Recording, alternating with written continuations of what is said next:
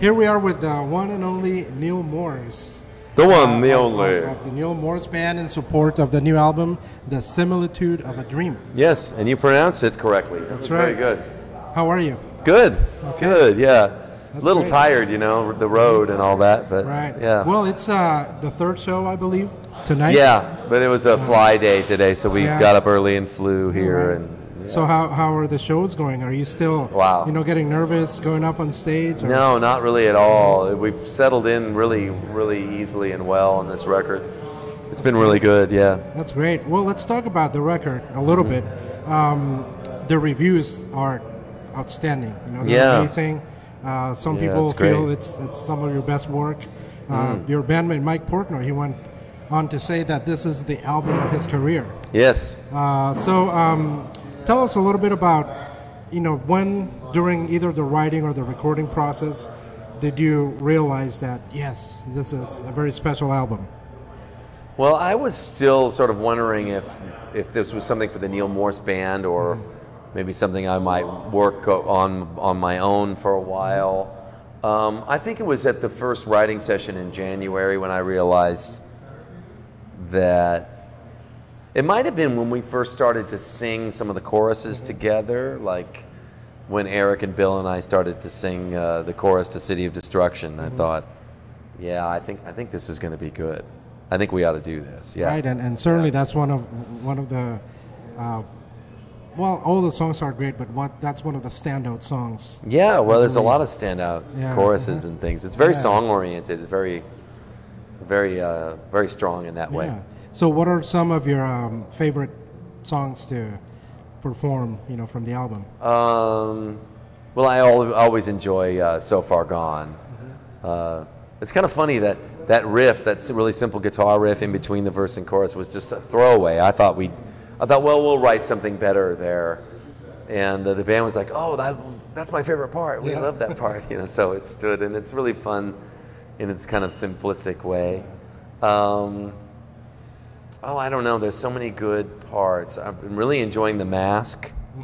It's so dramatic, and Breath of Angels has felt really, really good. And it's all good, man. I love it. The whole thing. It's to me, it's like one piece, Right. Yeah. It flows really well. Yeah. And, Thank you. So this is the second Neal Morse Band album. Right. So how does it compare to the first one?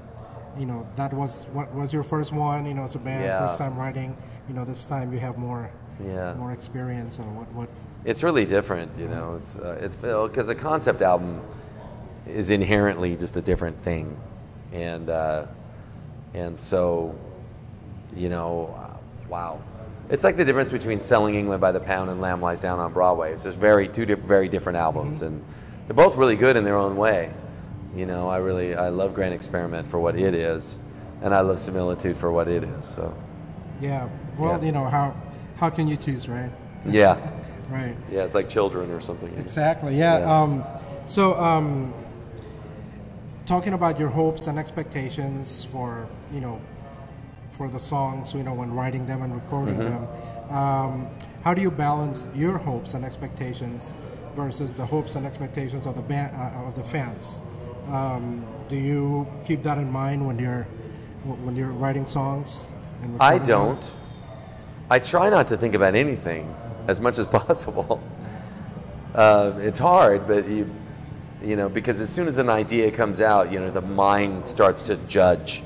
Like, that's good, or oh no, that's not good, all the judging. Right. But the best thing is when you're just creating from nowhere, and you're just creating, and you're just trying things. That's when the best stuff happens. So I try not to think too much. Not that I don't. I always hope that people will love whatever we do, but I don't think you can ever write good music from that place. Exactly, but it works because people love the music. Yeah. And so, well, that's great. Great I'm response. really grateful for that. Yeah. Now you have been working with Randy and with Mike for a long time. Yes. And I imagine your communication, in the studio or on stage is very, very organic. Just based on the fact that you played for so long. Mm-hmm. Now you have two new players. You have Eric and Bill. Mm-hmm. how is the dynamic, of the band changed by having them in the band? And well, they were part of the touring band for quite a while before we started writing together. So I think we did maybe 2 years together before Grand Experiment. So it feels really just like a real natural band. What a cast of characters in that we're all so different, just so different. Some of the guys in the band are like super mellow, and some of the guys in the band are super not mellow. And it's just and everything in between. And like any other group, it just has its own dynamic based on the people involved, and it's a really great chemistry, very unique and beautiful chemistry in this band.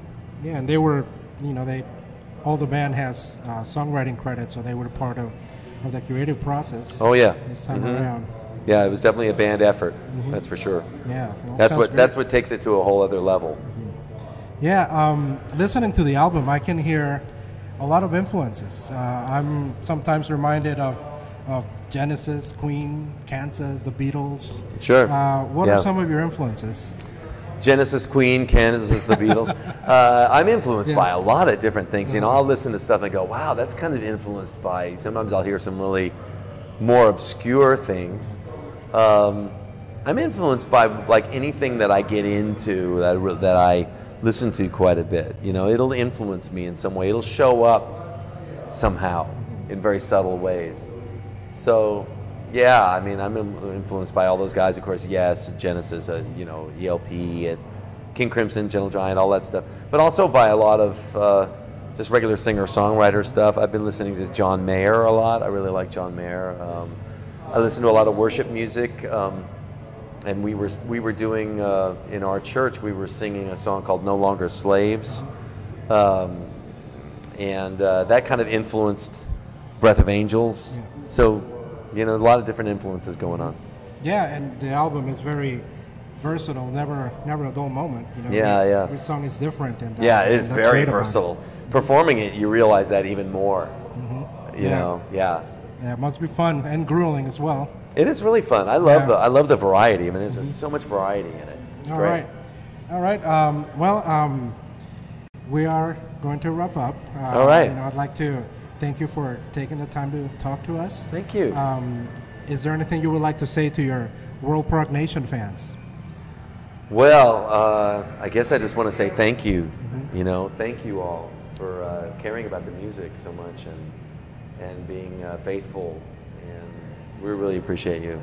I mean, you have to have it all. You got to have anointed musicians and anointed listeners, or else you don't really have the complete picture. The people that it's like from the heart to the heart. And thank you for receiving it. Oh, thank you so much again. Yeah. And I'm looking forward to the show tonight. All right, man. Neal, thank you very much. Good to see you. Thank you.